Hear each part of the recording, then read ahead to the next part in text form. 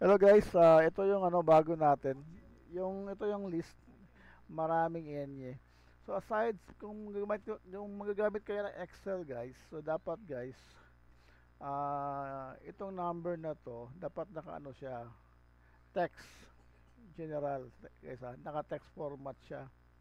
Para if ever na meron tong zero sa unahan, andyan siya. Kasi pag hindi siya naka-text format, wala na yung zero.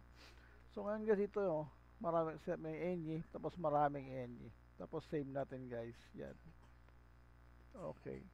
So, yan nakaraan ako kanina, nakasample na ko yan ng mga enye. So ito yung logo natin. So dapat si logo, nakalagay yung logo para hindi siya ma-deform. So lakihan ko na lang. Yan. So deform yun guys ha. Yan o. So, sinasadya kong i-deform siya para makita nyo paano siya mag-proportion. So save natin guys, tapos run natin ulit ha.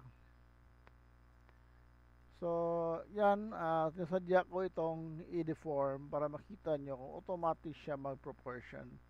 So run ko ulit guys. Yan, tingnan mo, automatic siya mag-proportion, di ba? Para makita nyo yung kaibahan ng app ko at sa kanila. Automatic siya mag-limit na naka-slanting. Yan.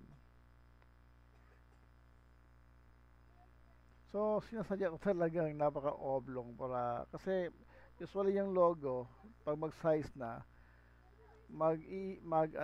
mag-change siya. Yan. Tapos si Enye naman. Ayan, merong Enye, 'di ba?